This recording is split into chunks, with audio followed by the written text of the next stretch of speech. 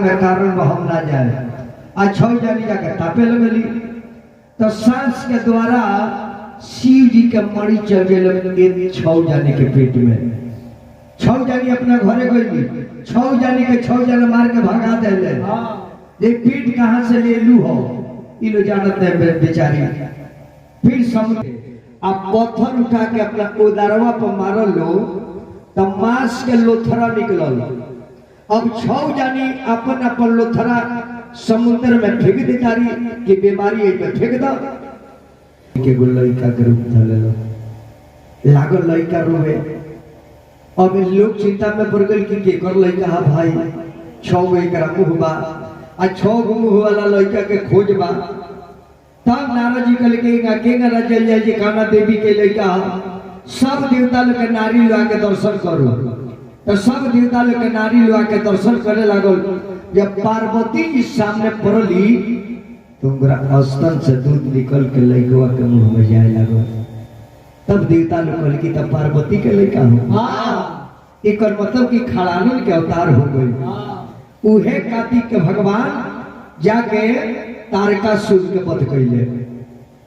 आज पार्वती जी गंगा के तीर पर समुद्र के तट पर 6 मुंह के लइका पवली तो हमनियों के माई बेटी बहन जाके गंगा के तीर पर छठ करेली कि हमरो कार्तिक के भगवान सब बेटा मिले। ई ब्रह्म वैवर्त पुराण में लिखल बा।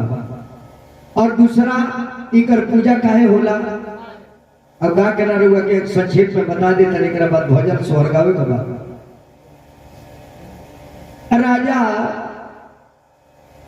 देवव्रत और प्रियव्रत दो भाई तब देवव्रत के संतान रहे, प्रियव्रत के संतान ना रहे। जब एक खसरी माता के कार्तिक भगवान से शादी हो गई तो सोचली कि हमार पूजा के लोग करी और लइकन के रक्षा करे खातिर बापजी हमर बोलौले बड़े। तो ओबरा देवव्रत के संतान ना रहे तो सोचले कि रोजे के संतान दे दी आई करे द्वारा प्रजा लोग सब पूजा करवा ली। रानी मालिनी के पेट में छठ माई के कृपा से लइका प्रवेश कर गई आ लइका हो गई आ जन्म लेके मर गई। अब राजा लड़कवा के लाश ले ले शमशान घाट में गई कुदारी से खून के लइकवा के डाल देले। सोचली जे भगवान देवो को ले तब मरले देले। जैसे माटी डाले के चाहता रहे तले खसकी माता विमान से उतर जाता रही वही शमशान में। कल ये राजा काहे रोता रह अतः हमार लइका एगो भइल मर गए। लड़कवा के हाथ पर जैसे पीठी पर हाथ धली खसकी माता उठ के लइकवा बैठ गई। राजा देवव्रत कहले कि देवी आपन परिचय कहली कि हमार नाम खसकी है। ब्रह्मा जी के छठवा अंश से जन्म ले बानी अल्लाह कने खातिर हम आई बानी। हमार पूजा दुनिया में क्यों नहीं करत। ए लड़का के तरह हम देव ना बोल लड़कवा के लेके चल देता रही। कल की पूरा प्रजा लोग के ढिढोरा दे के कह दो कि सारा प्रजा हमार पूजा करत हम लड़का देवे वाला देवी हई।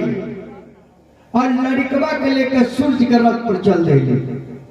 जब साझी कर अर्घ दियाला काली खसी माता की राजा एक बड़ा लड़का ना दे एक बड़ा लेके जा रहा बने सूर्य के रथ पर सवेरे इंतजार करियो हम फिर निकलो।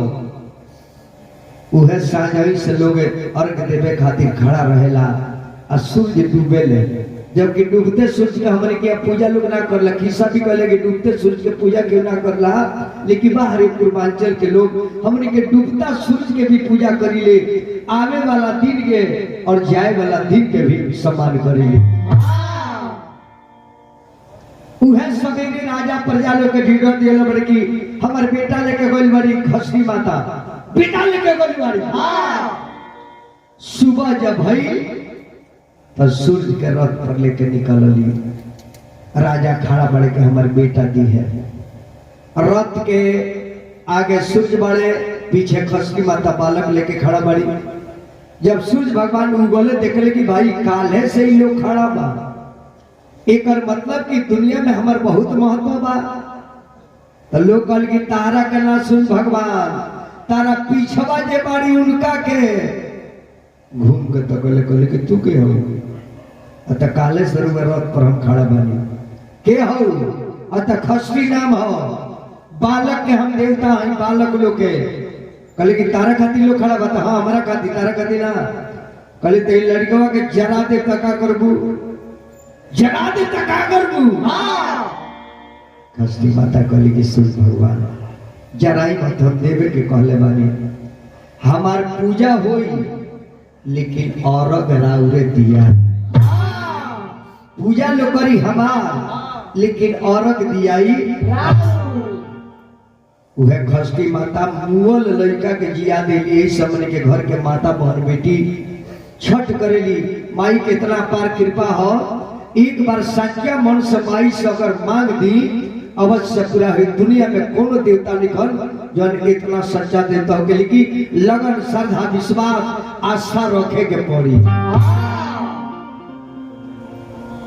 तबे ने हमने के घर के माता बहन गावेला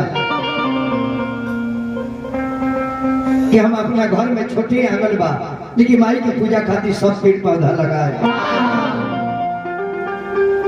छोटी मोटी हमारा आंगनवा नारियर बोब